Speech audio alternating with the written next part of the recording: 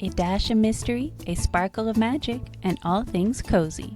Join your host, Elle Hartford, for Cozy Alchemy, a proud member of the Authors on the Air network.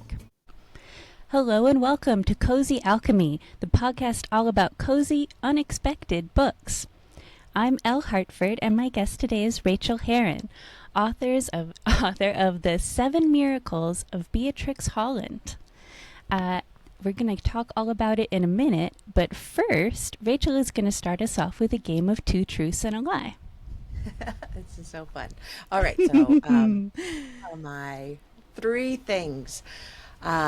Before I was a full-time author, I was trained as an electrician. Number 1. Number 2 is I live in the windiest city on earth. Number 3 is I lived through a super typhoon. Ooh, okay. Those are fun ones. And I know I have a little bit of background knowledge that the listener might not, which is that you live in New Zealand, right? So, okay. So I'm squaring that with windy and typhoon. Most of what I know about New Zealand is that it's beautiful and it was the backdrop for Lord of the Rings. So I feel like either one of those is possible. So I think I will say number 1 was interesting, but I'll say that one was the lie.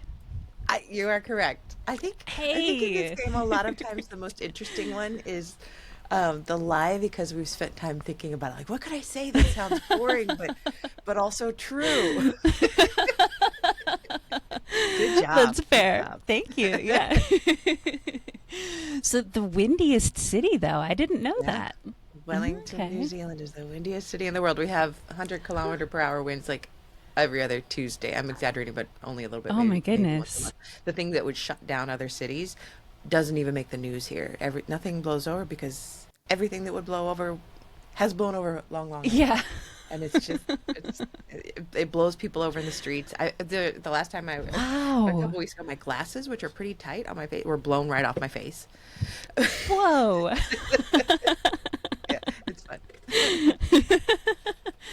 That's amazing. And I honestly could keep asking you about that, but we're not here to talk about like crazy real life things. Only the fantasy things. Yes, only magical books. Okay. And speaking of, so your book, again, The 7 Miracles of Beatrix Holland, is coming. It'll be coming out, I think, just a week or 2 after this podcast airs in August. Yeah. Can you tell us a little bit about it to get us started off? Yeah. The premise is Beatrice is a sensible person. She is an accountant. She likes numbers. She doesn't believe in any of the woo-woo stuff. And then a psychic tells her that she is going to experience 7 miracles. And then she will die. And that's all she knows. And of course she doesn't, she's not worried. Why would she worry about such a silly thing? But then a miracle happens, and then a second miracle happens, and now she's starting to get a little worried. Yeah, understandably so. And I have to say, you kind of touched on it there, but I really love how much we learn about in the beginning. Beatrice, right, is right in the beginning, when she doesn't necessarily know herself yet, arguably, there's so many little details that are telling us a lot about her. Like, she's pulling up a spreadsheet on her phone, like in the first scene, which I was like, oh, that was maybe too relatable. Right? Yeah. I can live in a spreadsheet. Yes. I know. It's like, oh my goodness. I sideline, but I do all my work in Google Docs, which is the worst, because then I can just pull it up on my phone everywhere. That's a good reason not to do that. I know. Yeah. Sometimes things are too convenient. Well, but it is convenient and it is everywhere, and I think that's cool, and it's always backed up. That's fair. Yeah. But so through the course of the book, though, we see this kind of orderliness on Beatrix's part, starts to kind of develop into other things, right? And I don't want to be like too spoilery, so I'm staying a little bit vague, but her very kind of numbers-based system gets upset a little bit, right? Very much so. Which made me wonder, where do you feel? Where do you fall on the dedication to organization scale? Like, was it important to you to address this in the book? Yeah, personally, I've always been a spreadsheet facts. I don't believe anything unless I read 17 books about it. And Mm-hmm. but also, there's just always been a longing for a more organic method of going through life. I think maybe some of us type A perfectionist people, I just love watching people who move through the world like it's water, like, oh, it'll just happen, it'll just show up, and it always does for them.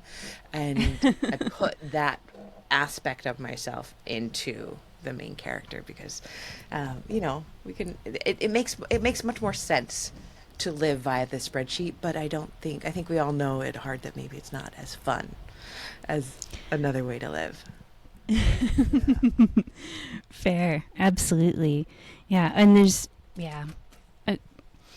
so much possibility, beyond the spreadsheet, which is something I was just talking about in the last podcast, where like with the cozy books, we think of them as being, very maybe very small. Like the setting is confined. There's a very kind of intimate setting and pacing, but there's with this element of magic, there's also so much beyond that, and that kind of juxtaposition, right? Yeah, it opens it up into like, yes, maybe you're in a small town with a limited cast of characters, but you're also perhaps dealing with the forces of good and evil, which are as big as right. Lord of the Rings. It can all fit in one tea shop or one, in this case, yarn store. Right. Right. Yeah. That's so cool. And another big part of a lot of different cozy genres is the trope of found family, right? You see your character kind of making friends and settling in, but in this case with Beatrix, it's very literal found family. Yes. And I know, yeah. I hadn't actually thought of that. That's so funny. I hadn't put those things together. You're absolutely right. Well, no, you've mentioned, in previous interviews out there in the world that you knew from the beginning that you wanted Beatrix to find a sister, right? In this case, a twin. But can you talk a little more about that? Like, that was so cool. I think there's such a magic about twins, isn't there? Like, there's just automatically something beautiful about this idea. And I've known a lot of twins, and my wife is the daughter of a twin, and I've seen, oh my gosh, her mom has passed on now, but I used to watch her mother and her aunt just hum in the kitchen together. They didn't know they were doing it. They were just kind of they're painting their nails or something, and they're just humming together like alpacas humming together. Wow. And it is magical, and I think that I, even as a kid, I always wanted to find a twin, just like in The Parent Trap. Yeah. Turn around and there she is. And what would be more magical for us, a child who's raised as an only child, who's never known anything else, to run into someone who looks exactly like her. And I know that my brain would absolutely tell me what it told Beatrice, which was that's ridiculous. Look at this doppelganger. We are so alike. Can you believe the chances of that? And the chances are nil. Right. So she does stumble over this literally found family. Thank you for pointing that out. But found family is not, chosen family is always one of my core stories that I go back to again and again and again and again, because I believe that, if we're blessed with a wonderful family, fantastic, but a lot of people aren't blessed with a wonderful family, and becoming an adult is choosing to surround yourself with the people you love who make you into a better person. And Absolutely. And I love showing that on the page. And combining that. A Mm. lot of times I'll combine them. Like there are often sisters. My sisters are so important to me. Uh, there are often sisters. There are often mother-daughter relationships, and there are often these clans of people who have found each other and bonded to each other by choice. I Mm-hmm. really love seeing characters realize they could choose anybody or anything, but you are now my chosen person or people. Yeah. Yeah. Yeah. That's so sweet. And speaking of, I apologize if you or any listeners can hear scratching on my end. That is my tortoise. Oh, how cute! Oh, that's in and of itself. I know, yeah. So he lives right next to my desk, which when I'm recording is an issue, but What is his normally name? his name is William. William. Oh, Um, that's cute. yes, originally named for William Makepeace Thackeray. Not to like totally go on a tangent, but I had a cat who was named he was Willie, but he was named after William Shakespeare. So oh, we do what we need to do. nice. Yeah, yeah. He was only William when he was in trouble, though. There's something with this. I know people will say like reptiles, like, like, can you really tell what they're thinking? But this one has quite an attitude, so he is Oh, always William. gorgeous! I love it. But yeah, I like, and I think that's a very good point. This kind of it does tie in, like, I'm over here naming my pets after great literary, authors, and you as well with your Yeah. cat. So yeah, I think we do, right, identify with the things that we read, and like I love the idea of chosen family and found family as well, kind of for that reason. We're already looking for things to connect to or examples, right? Things like, could I have that in my life? And it's so affirming, you know? Yeah, exactly. And that's what I always want to read too. I want to see that. Yeah. Mm-hmm. Mm-hmm. That's amazing. All right. Now, in the book, there is also a reading group guide as well as an author Q&A, which were both a lot of fun to go through. But what struck me as I was reading them was that you mentioned turning to tarot for inspiration. That was so cool. I really love that, and I have to admit, I do it also. um, and you also mentioned, like, specifically focusing on what would be fun to write next, and I really like that. How does that look for you in practice? So it's an interesting question, and I had never written a book this way. This is my 30th book or so that I've written, Mm. um, and of course, I've gone through periods of burnout where and I've changed genres way too many times. My agent is never happy with me when I do that again. I think this is my sixth or seventh genre now, and because I do love to follow my heart. But this book, that the concept came to me first, and concepts never come to me first. Usually it's characters, but this one was she'll be predicted to have seven miracles and then she'll die. And then I thought, oh my God, what do you do with that? And I thought it was fun. And I actually was I was not in a period of even writing fiction. I didn't really want to write fiction for a while. I was doing a lot of creative nonfiction and memoir, and then I was like, oh no, there's a novel, and I realized that I wanted to just have fun, and I wanted to play. And for me, tarot is a way of, I believe that there are divine mystical things that I cannot understand. I do not understand why tarot works. And for the, more scientific, numerical, skeptical part of myself, tarot was something that proved itself to me over and over and Mm. over again. When we were moving to Mm-hmm. New Zealand, uh, I was freaking out. We were doing this on purpose, but what the heck were we doing? We sold our house and we left all of our friends and family, moved around the world. And for a couple of, like, for about a month before we left, I got my tarot cards in my hand actually. Before we Nice. left, I kept drawing the death card, which, as you know, is about change. Ooh. And it's really about, Mm-hmm. getting okay with big change. And I was so irritated one day. Mm-hmm. I was using different decks.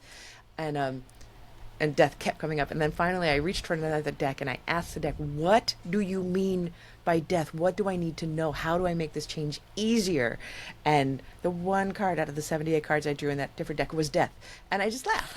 Like my wife had just walked in the office when I did that, and I was howling because it just has such a sense of humor. So tarot has proven itself. We don't know how it works, but it's working. And something out there is ordering the cards. And so I just kind of asked for help from whatever that is that's ordering the cards, help to write the book, help to make it into something that could help others, help to even when I was stuck, when I would sit down and I don't know what to do next, they were just in this scene, how do I get them to this scene? I would draw a card, and it's this direct line to our subconscious too. It doesn't a completely secular, there's no universe kind of person could use tarot in the same kind of way. Like, I have to admit, when we just sat down right now, I'm still in the waking up phase because it's early in New Zealand, and I just turned over a card to see, is there any advice for me right now in this podcast? And I don't use it for everything, but they're just right at hand here. And I got the moon, which means really kind of like allowing the deep, how would you say, like almost the secret parts, allowing the secret night lit parts to show it right now when I'm talking to you. And Absolutely. I think that's beautiful, and the moon is about creativity and that wildness, and the way we don't understand how creativity works, I think comes from. So that's how I used it. I used it whenever I was stuck. And it was so fun. And I have to say, it was the easiest book I've ever written. It was one of those gift books. Really? It just came out quickly, edited easily. It never happens. So I really enjoyed it. That's so cool. Do you think, well, yes, so you talk about like the idea, the premise just kind of came to you, right? So given that, I would see how you can't necessarily be like, okay, I'm going to do that again, because you can't necessarily control what premise will come to you. But is it something that you would want to replicate in the future, or like a direction you feel yourself going? Yeah, nice. The next book I'm writing is another genre, but I am absolutely following joy, following interest, following spark, because I think for so many years I did it almost an opposite way. I would force my way through a first draft, which is often a way that first drafts need to be done, but it's got to be in order, and I don't want to go to that scene until I've done the scenes before it. And now I realize that I can move around the book, follow joy, follow what's interesting. And a lot of times, so when I would write books the old way, I'd go back and remove those boring bits that I had written, because they didn't need to be there in revision. And now I think it's easier because I'm just skipping them. My heart is saying, I don't want to write that. It feels boring. I'll go write that other one. I'll come back later and write it. And then I realized I didn't even need to write that. I needed one sentence about how they got from X to Z. I didn't need to write it. And my intuition, that was the word I was looking for about the moon. There we go, leading me and allowing my intuition to lead me to the next point. And this next book doesn't have a snappy log line. It doesn't have a high concept, so I am struggling a bit with it. But I am just following it. Again, I'm doing this process of that. This book, 7 Miracles of Beatrix Holland, was written quickly, and this next one, I'm writing as slowly as possible. I'm writing it in 15-minute chunks here and there, and I've never done anything like that. And it's super fun. So it's play. It's still play. Yeah, that's so cool. And I have to comment. So the whole idea of so you were writing a first draft and then going back and taking tons of it out, not tons necessarily. No, when I was in revision, I didn't take anything out. I was still writing the first draft. Oh, but no. Got it. I have had books where Pack Up the Moon, I think, ended up 97,000 words, and there were 110,000 words in the trash that were never used. But generally for, a 90,000 word book, I have at least 50,000 in the trash. Wow. I just overwrite so much and then take out, and now this is allowing me kind of to follow my nose a little bit more. I think it's allowing me to have more trust. Yeah. And we will get back to that. It just struck me as so funny. And I know, conceptually, I know that other authors do that, right? And you have to take out scenes and stuff. But I'm one of the authors who will skip something. Yes, In my first draft, I'm like, if I get to a scene and I'm like, I don't really know this character yet. Oh well, I will come back later and I'll skip it. So and then it's just later you're learning as you go, so then you will know how to write that scene when you need to write it. Yeah. It's so smart. Yeah, I was way too linear for too long. Yeah. Coming back around to the spreadsheets and numbers. Yeah. Exactly. Yes. Yes. Thank you for reminding Fair. me that. I think I've gotten a little bit linear about this book, and today when I write, I think I'm just going to find something shiny and go write it. Cool. Nice. Well, and kind of on this note that we've been talking about, I feel like both in the story, in the Seven Miracles, and in like your Q&A and other interviews that you've done, there is this kind of theme of learning to trust something that is essentially ununderstandable, right? And you even mentioned this already with tarot. And I think that a lot of cozy mystery or cozy fantasy or magical stories kind of end up boiling down to this as one of the themes too. What about this message did you feel important to explore? So I will go very open and honest with you on this show because it is Sure something to talk about, and I do not mind. But about 7 years ago, I realized I was an alcoholic and needed to stop drinking. And I hadn't known that. I just thought I'd like to drink a lot, but I had been trying to stop for years and was not managing to do it. So I got myself to a 12-step group, the secret society, and Yeah. and they mention a higher power in those rooms, and I was like, oh, I am out. I will not do a higher power thing. But what I did that day, I left the first meeting I ever went to, which changed my life and is why I am where I am today. It's an incredible program that really, I think, saved my life in multiple ways. But I left that meeting and I was so uncomfortable. I hated everything about it. And I got in my car and I drove directly, without really asking why. I know I didn't ask why. I drove to a metaphysical bookshop and I bought my first tarot deck and a book on how to read it. And I Really? and then Just right away? the second I got in my car, left that meeting, drove to the tarot store, and then I started to try to study, and I couldn't get it, and I didn't understand the book, and it was very confusing. So it took a couple of months before I talked to a friend who was a tarot reader, and she kind of explained if you understand the suits and what the numbers mean, then you don't actually, you could just follow your own way through. And but in that moment, I needed something to trust in. That wasn't, I wanted to trust the back of the brain, subconscious mind, which I do believe. I believe our subconscious it can be this unsuspected, untapped, inner hidden resource that is connected to something that is bigger to us.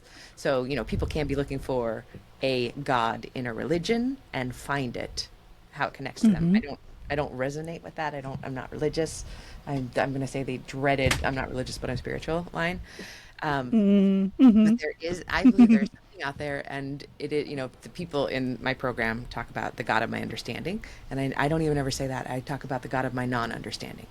If I could understand what a higher power was with this very, very limited brain that can't even see all the colors in the spectrum, that wouldn't be a God. That wouldn't be a higher power if my tiny brain could understand it. So why would I even ask to understand that? I think there's just so much out there that nobody can understand, and it's not my business. But it is my business to listen to my intuition, and I think that inner resource that I have found is my conception of this power that I will never understand. Does that make sense? That sounded too waffly. Yes.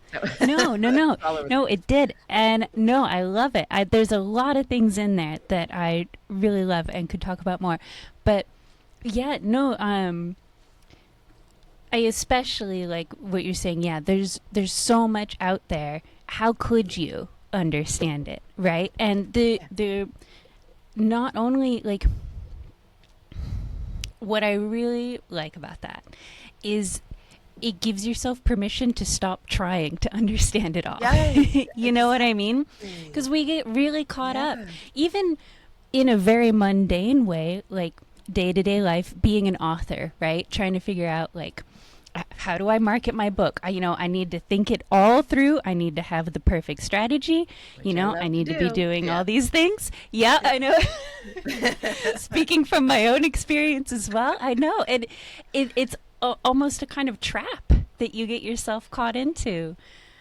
There's And such a freedom mhm, in saying I don't know and I mm, don't need to know. It's just mhm, I and mhm. maybe when we do that, when we say that I don't know and I don't need to know, we are living like those people that we admire who just move through the world like swimming through water. They're just because we are allowing things to come to us rather than stressing out Yeah, at 2 in the morning about how to go get the thing that we want.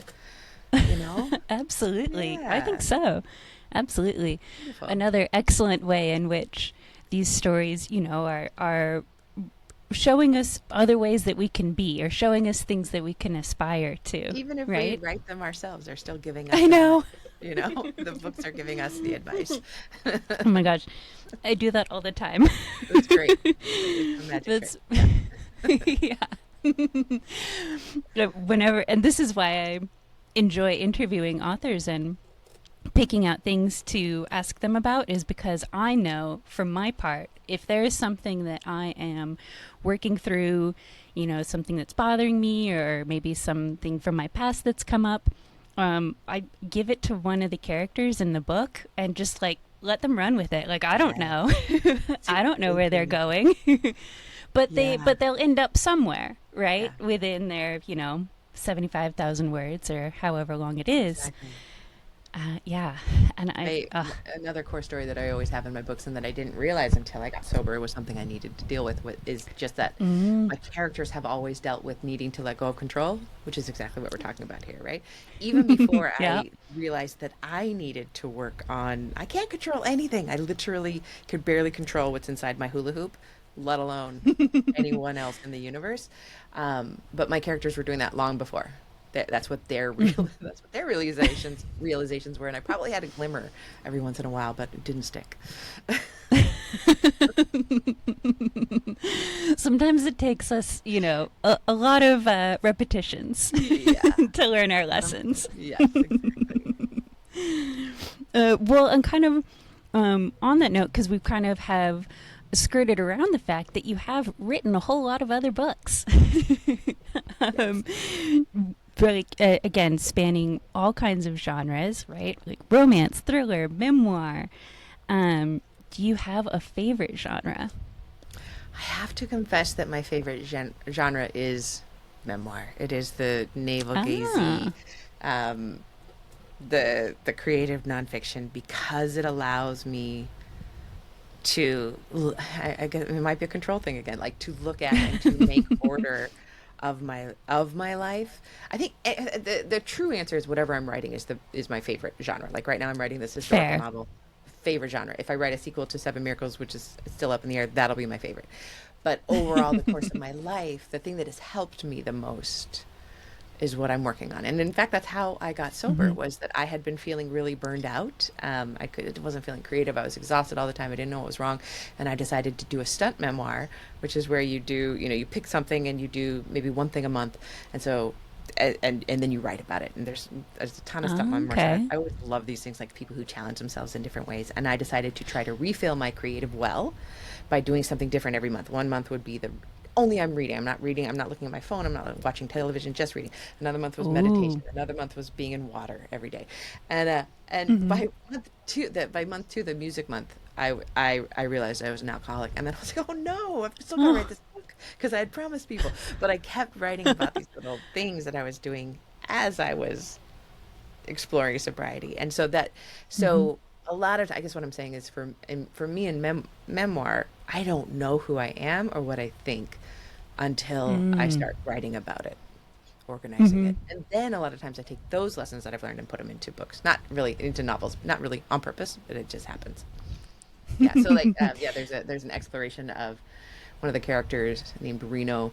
She talks about what her higher power is towards the Hmm. end of the book. and she calls it Sal, and it's this it stands for the spirit of all life, and she's this truck stop waitress of the universe, and she could like manage the supernova over there on table 12, and she knows what your favorite pie is, and she serves you some more coffee, and that is Right. that is my concept of the higher power of my non-understanding, and I only knew to put Sal in there because I'd been exploring it on my own. Well, and that is very cool, first of all, but also kind of like leads into the question that came to my mind was, like, for example, with myself, I write in a couple different genres, but there's always magic, and the line that I have developed that I tell everybody is, I just don't, I just can't at this point write anything without magic, and because why not? If you're just going to make up a story, why not? Why not? So, what a great answer. But coming from that place myself, it seems difficult switching between memoir and fiction, really. Do you find that? Is that tough for you? I don't think so. I completely understand what you're saying, and I think I could feel that way, but I think there's enough magic in my daily life that that's a good answer. Already in my writing. But I good. will say that the couple of memoirs that I've enjoyed the most in recent days have been memoirs of people exploring magic. And there's been, and I can't remember the one that I love so much, but it was this woman who was just like me saying, I don't believe in magic, but I want to. Please help me find the magic. And she does this stunt memoir where she's just trying all of the magic. And cool. It was beautiful. And she ends up with, obviously the knowledge that there's stuff out there that she doesn't understand. And that's, so I don't know, maybe that's my next stunt memoir. Probably not. But, but yeah, it does. I think it incorporates it in anyway. Yeah. That's okay. That was a very, very good answer. And so in addition to having your own memoirs, you have like a set of how-to books for other authors, right? For writing their own, as well as your podcast, Ink in Your Veins, which is cool. Which you should come on sometime. Yeah. Oh my gosh, I would love to. Yeah, please. You just have to keep me from rambling. That's the hard part. That's not what podcasts are for. Podcasts are for right. Yeah, I know. People self-select out. If they don't want to ramble, they're listening to something else. Fair. You'd fit right in. But I think that it's very cool that you have this genre that is very important to you and that you enjoy so much, and then you're also helping others, find their entrance into it. What drew you to helping folks in this way? That's such a good question. I was really, really scared of it. I'd always wanted to help other writers. And I was just terrified I wouldn't be good at it. I'd gotten my master's and I taught a very, very small amount. Like, we're talking for 6 months before I decided I wasn't going to teach when I was in my 20s. And then a friend of mine, Mariah, who I will always credit with doing this, she said, I want you to coach me. And I said, I'm not a writing coach. She goes, okay, that's fine. I'm going to pay you and you're going to coach me. And then I did. And I realized that when I was teaching in my 20s, I was teaching, like English 1A to students who didn't care. And I didn't understand that coaching writers who were just starting, and this was after I had a few books out, coaching writers who were just starting was going to just blow up my world in this magnificent, incredible way. And I always say that I don't know what I like better, because on a day that I'm just writing, I like writing 51% and teaching 49%. But on a day that I'm just teaching, it's 51-49. They're so close.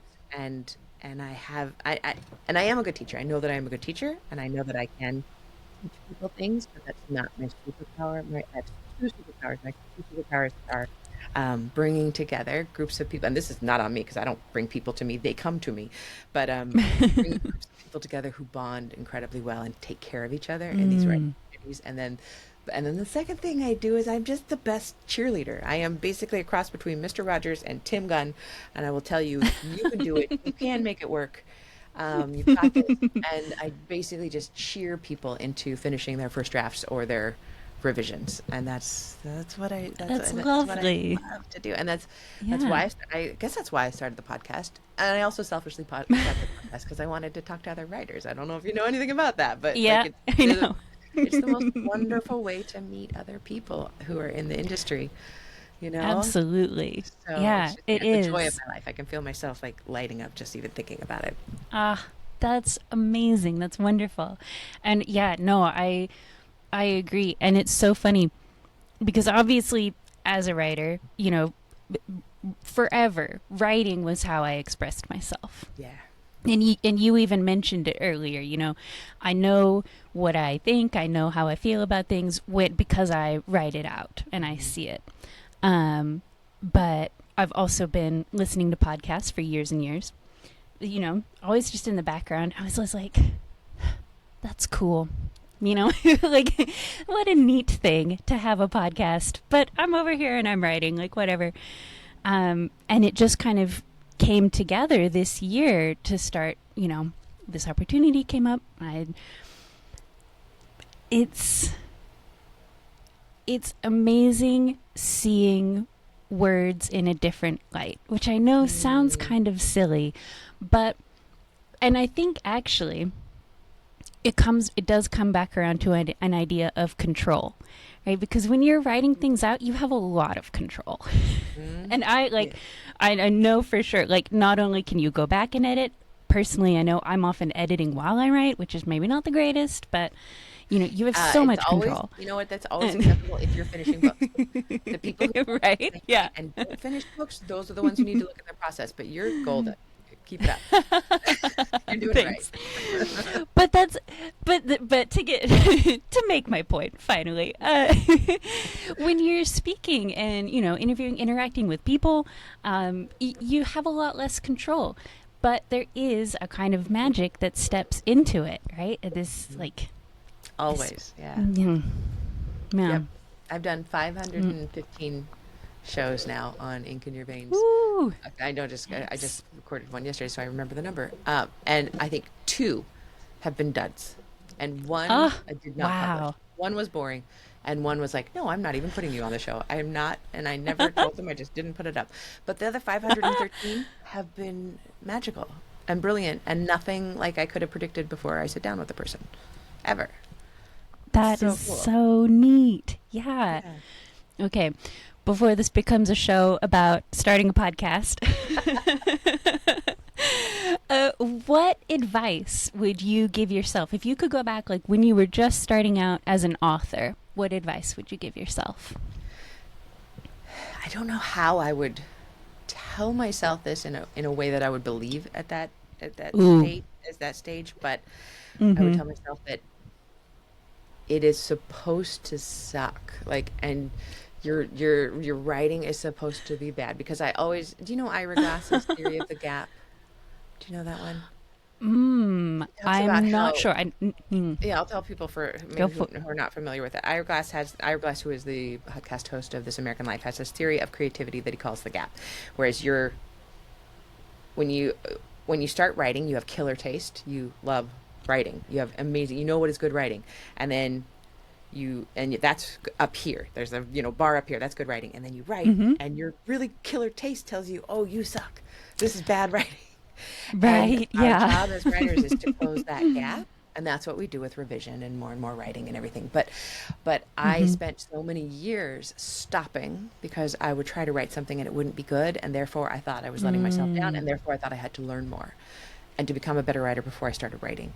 And all I needed to do was just keep writing that crap and revising it and getting comfortable with that discomfort. And instead I was very uncomfortable with the discomfort and just ran away. And I think the one thing I would tell myself, in hopefully fewer words, which would be just to sit down and keep writing. Every single day, keep writing. And it's okay that it's not good. That's normal. You are like 100% of other writers. Yeah. Oh, I love that. Yeah. At some point you have to just jump in, right? Learn to swim. Yeah. Don't walk away after like a month of trying because you're not the greatest writer that ever lived yet. That's not a disappointment. You're on your way. Absolutely. Okay. So my final question that I have for today's show is, what's one win you have had in the past week? Could be big or small, anything. That's so funny. I always feel like I have a million wins and I could name some. I could name a bunch of them, but right now I'm going to say that just like the one that trumped everything was just talking to you. This is my win gosh. for the week. Look, as we've been Yay. talking, the sun has been coming up, and now there's actually natural light coming out. This is the beginning of a gorgeous day that I'm going to work, and then I'm going to go toddle off to this camp that I'm going to for a couple of days with some friends, and lovely. No, this is my win. Because it's Friday where I am. It's Thursday where you are, but already Friday. That's true. Oh my gosh. Yeah. I can't even with time zones, but I love it's just pure magic. That's so cool the way, we coincided with sun coming up and a lot of great themes coming back around. Totally. Trusting things. Yeah. All right. Now, I will have all of your links, links for the book, website, podcast, all of that in the show notes so that people can find you. Thank you so much for being here. Thank you so much for having me. This was a joy. Yay! Absolutely wonderful. All right. And for all you listeners out there, I will talk to you next time. Cozy Alchemy is brought to you by Authors on the Air, and our theme music is by Cyberwave Orchestra. For everything else, blame Elle. You can find her online at ellehartford.com.